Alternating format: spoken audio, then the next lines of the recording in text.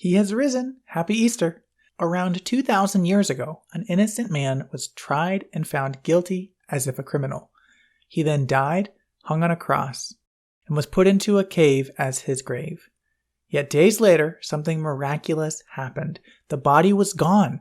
Various people had an opinion of the events. Some were eyewitnesses, some were not, yet all gave some sort of authoritative version as if they were reliable witnesses. Let's see what their testimony was. Stay tuned.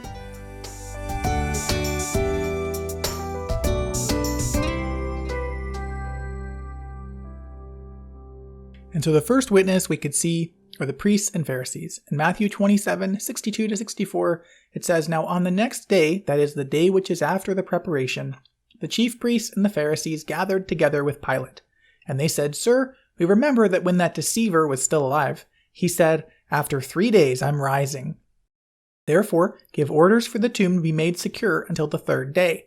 Otherwise, his disciples may come and steal him, and say to the people, "He has risen from the dead." And the last deception will be worse than the first.'" And so the priests and the Pharisees told everyone that Jesus was stolen from the tomb and did not rise again. The second witness that we have is the Sadducees. Matthew 22:23, "On that day some Sadducees, who say there is no resurrection, came to Jesus and questioned him." And the wording here explains to you that even to the day that it was written, the book was written after Jesus was died and rose again, but even to that day still, the Sadducees still said that there was no resurrection. And so they were still saying that there is no resurrection. Jesus couldn't have come back from the dead. So that was their testimony. The third witness would be Pilate. In Matthew 28:14, "And if this comes to the governor's ears, we will appease him and keep you out of trouble." And so Pilate his goal was to ignore it, to not have any problems, and to deny, of course, if anything were to come up. Witness for the council of the elders. Matthew 28:12-15. "And when they had assembled with the elders and consulted together, they gave a large sum of money to the soldiers, and said, 'You are to say, his disciples came at night and stole him while we were asleep. And if this comes to the governor's ears, we will appease him and keep you out of trouble.' And they took the money and did as they had been instructed. And this story was widely spread among the Jews and is to this day." And so again, we see this idea of just disseminating the information that Jesus was stolen in the middle of the night. He didn't rise back from the dead, but rather it's all a conspiracy where he was stolen. And this whole resurrection thing is false news. Witness 5, the soldiers. In Matthew 28:11-15, "Now while they were on their way, some of the men from the guard came into the city and reported to the chief priests all that had happened. And when they had assembled with the elders and consulted together, they gave a large sum of money to the soldiers, and said, 'You are to say, his disciples came at night and stole him while we were asleep. And if this comes to the governor's ears, we will appease him and keep you out of trouble.' And they took the money and did as they had been instructed. And this story was widely spread among the Jews and is to this day." So the soldiers were bribed and were told not to let anybody know the truth. So in all of these, we can kind of see the witnesses' perceived loss. These witnesses had something to lose. The Sadducees had their perception of God to lose, their understanding of there being no resurrection, and their religiosity, so to speak. Their whole religion could have been built upon this fact, or could be a very important part to it. And so as a result of that, they couldn't allow Jesus. They wouldn't allow him, even the thought of him being resurrected, they wouldn't have allowed it because it would have caused too many problems for their religion.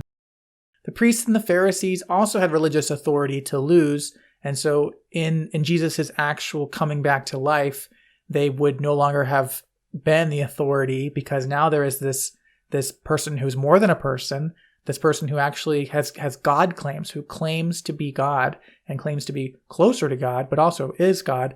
And they now can no longer be treated as the most righteous or the closest to God, because he himself has come and has been pretty hard on them in their zeal and has kind of criticized them a lot openly. Their religion was more something that they could use for gain and for political importance. And it wasn't something that they could really use, maybe even for financial gain, but it wasn't something necessarily that was from a contrite heart. Pilate and the Council of Elders had political influence to lose. So if Pilate were to allow this to come about, then God himself comes to this small corner of the world, reveals himself to be alive. What government can stand before God? None. The Council of Elders, of course, also had political influence to lose for the same reason. They had sway over the people. And so if Jesus were to show his power over death, then certainly he's way more important than them. And the soldiers had their jobs, livelihood to lose. Of course, here they got a bribe, so they had something to gain, but also their lives could have been made very difficult if they had continued to throw this out there, because there are people in higher places than them that could have made their lives miserable. They could have lost their jobs. So they chose to take the bribe instead of to fighting for it and resisting what the right thing was, right? They resisted doing the right thing. But there was another group. Let's see. Witness group number 6, the two Marys. Matthew 28, 1-6. Now after the Sabbath, as it began to dawn toward the first day of the week, Mary Magdalene and the other Mary came to look at the tomb. And behold, a severe earthquake had occurred, for an angel of the Lord descended from heaven and came and rolled away the stone, and sat upon it. And his appearance was like lightning, and his clothing as white as snow. The guards shook from fear of him, and became like dead men. And the angel said to the women, "Do not be afraid, for I know that you are looking for Jesus who has been crucified. He is not here, for he has risen, just as he said. Come, see the place where he was lying." In Matthew 28:9 we can see, "And behold, Jesus met them and said, 'Rejoice!' And they came up and took hold of his feet and worshipped him." And that leads us to our conclusion.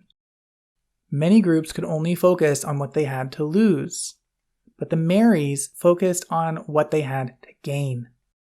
They had a prophet, a priest, and a king in Jesus Christ. They had a personal God who cared for them and for their needs, not some religious system that was abstract or required them to do random crazy things, but in fact a personal God who took it upon himself to even walk along with them. Their lives would be defined by him. They wouldn't define God or who God should be by their politics, by their wealth, by their worldly needs, but rather they would let those things be defined by God himself.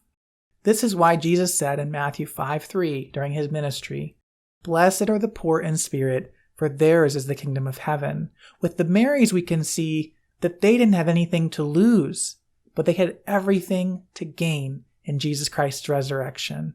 Whereas the other groups had everything to lose, or more to lose. Maybe not everything, but a lot to lose in this world. And so it was easier for the Marys to have the kingdom of heaven and have access to the kingdom of heaven by believing in Jesus Christ than those other groups. So the question today as we finish is, which witness are you? God bless, and see you soon. Happy Easter!